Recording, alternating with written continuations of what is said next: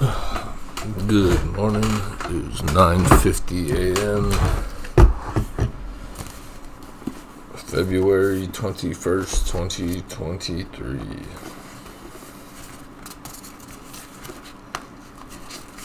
I'm going straight to reading today.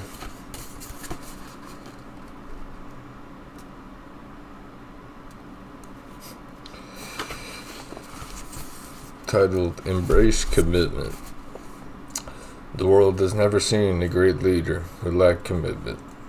If you want to be an effective leader, you have to be committed. True commitment inspires and attracts people. It shows them that you have conviction. They will believe in you only if you believe in your cause. People buy into the leader, then the vision. What is the true nature of commitment? Take a look at 3 observations. First, commitment starts in the heart. I'm told that in the Kentucky Derby, the winning horse effectively runs out of oxygen after the first half mile, and he goes the rest of the way on heart. If you want to make a difference in other people's lives as a leader, look into your heart to see if you're really committed. Second, commitment is tested by action. It's one thing to talk about commitment, it's another to do something about it. The only real measure of commitment is action. Arthur Gordon acknowledged, "Nothing is easier than saying words. Nothing is harder than living them day after day." Commitment opens the door to achievement is the third. As a leader, you will face plenty of obstacles and opposition, if you don't already.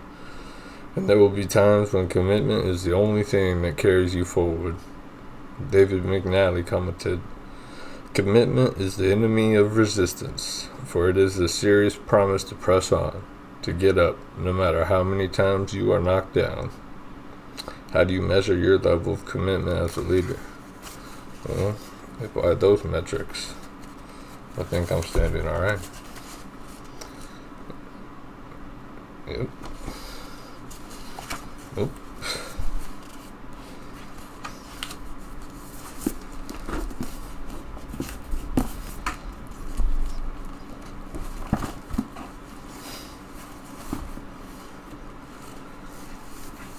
Under Ryan Holiday's Daily Stoic, titled Wish Not, Want Not.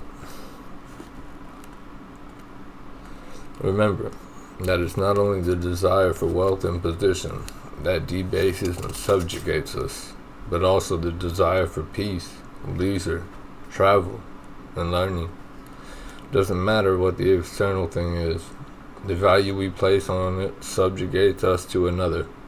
Where our heart is set, there our impediment lies. Epictetus, Discourses 4, 1 through 2, and 15. Surely, Epictetus isn't saying that peace, leisure, travel, and learning are bad, is he? Thankfully, no. But ceaseless, ardent desire, if not bad in and of itself, is fraught with potential complications. What we desire makes us vulnerable, whether it's an opportunity to travel the world or to be the president or for 5 minutes of peace and quiet.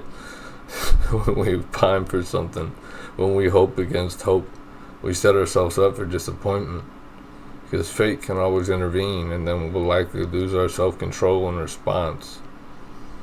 Speak for yourself. As Diogenes, the famous cynic, once said, "It is the privilege of the gods to want nothing, and of godlike men to want little. To want nothing makes one invincible, because nothing lies outside your control. This doesn't just go for not wanting the easy to criticize things like wealth or fame, the kinds of folly that we see illustrated in some of our most classic plays and fables.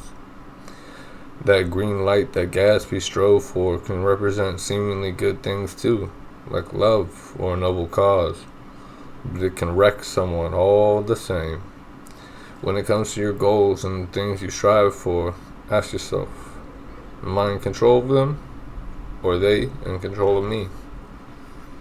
For me, I feel like I'm in control of them, and if they are in control of me to any degree, it is simply that they are the direction that I am heading towards. Peace on earth and mercy mild, eh? Peace on earth. How about mercy on the wild? How about love for the planet, the ecosystem, and all the species that coexist with us? Let's not be taking another species off the list here. The endangered species list, as much as it seems to quantify the justification of hunting, it seems more and more like, alright, if you've made the endangered species list for animals, just know there's more people going to be coming to hunt for you. The only ones that are legitimately, probably, statistically speaking, going to survive are in captivity, and therefore are going to be adapting for, a non-organic setting with human caretakers, because that is basically a necessity. So, we can keep people in the Amazon with no human contact, but, we'll keep the last of the species in,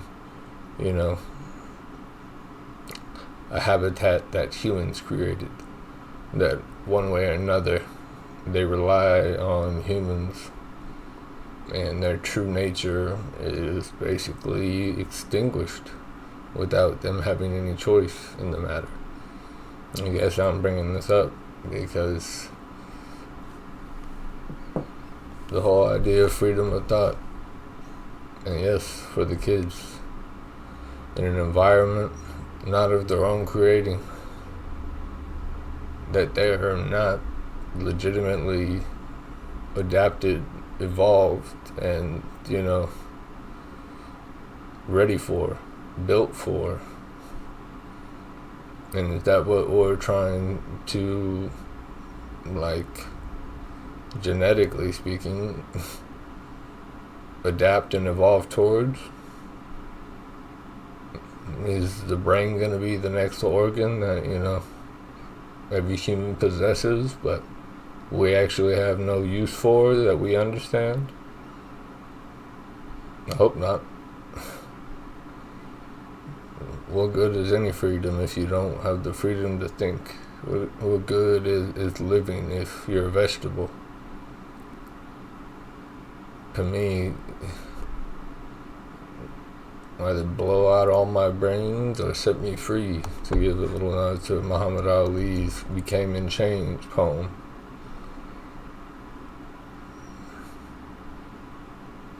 Let's make sure they don't get shackled before they even realize what freedom is.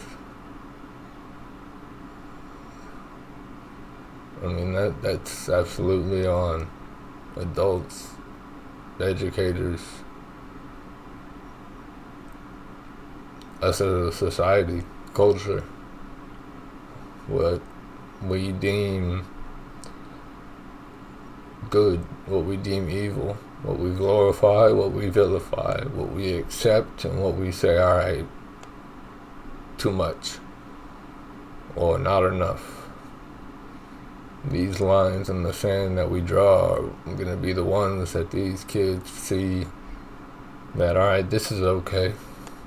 This is what's valued. This is what's cool. I'd rather like to think, irony there. I'd rather like to think that, kids will think differently, because they're growing up in a world that, just like all of us, I suppose, unprecedented in terms of technological innovation, in terms of access, potentially, to tools that never before existed in literally a world of our own creation, insofar as the metaverse and virtual reality, augmented reality, meet reality. Like, at what point do we become detached? Now, who's trying to detach us? Who's trying to keep us together? I mean, yes, if COVID showed anything, it's that work and education both can be done remotely.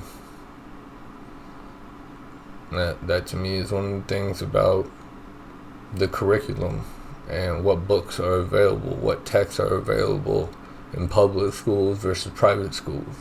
Who makes those decisions? Who has a say in the matter? Who profits off of it? I feel like you follow that money trail, we'll have a lot more answers.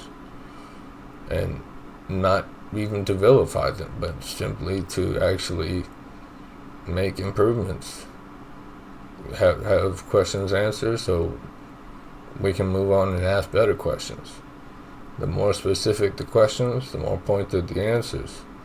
The better the answers, the better the follow-up questions. And that cycle, to me, is the one of growth. The one of, alright, let's not forget about the urgency of now. It's no time, quoting Martin Luther King Jr., roughly. It's no time to, enjoy the luxury of cooling off. The fierce urgency of now.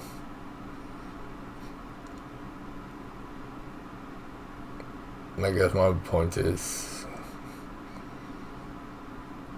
I was hardly ready for the isolated nature that came along with the choices I made. And subsequently now, the position that I'm in, the place that I'm in, and what I've gone through, what I've experienced. I mean, to me, in all honesty, it's a miracle I've made it through this far. It scares the hell out of me that there are going to be kids subjected to this before they actually have any idea of what real life, what an actual organic upbringing, normal feelings of sensation, actual genuine organic thought, dreams, before they're being read, controlled, monetized against, for those that are already in power. It's like they will not even have a chance to learn how they learn.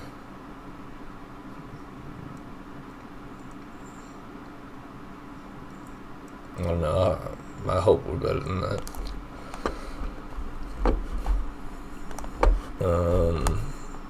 Yeah, as far as that goes, I just would really like to see improvements in the academic system universally, internationally, globally, let alone here at home in America, California, Inland Empire.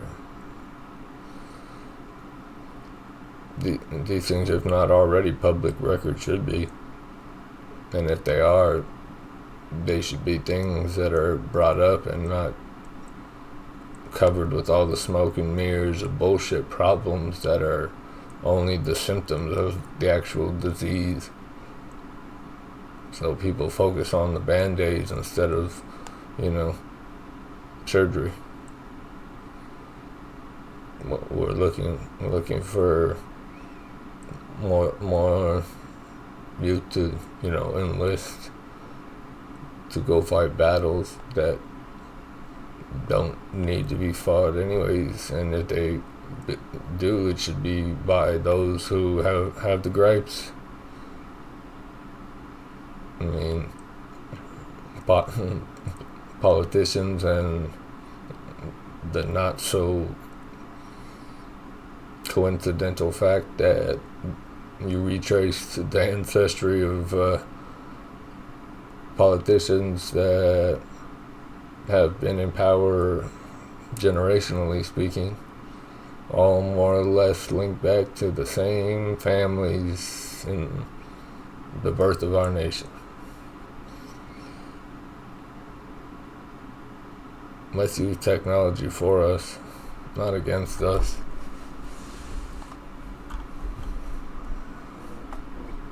Please, let's be better than that. Be better than the people that are stem blasting and suggesting and using sound equipment to screw with my life instead of actually doing anything positive with their intelligence, with the life that they've been given, the brain, the soul that they were given. Anyways, happy Tuesday. Till next time.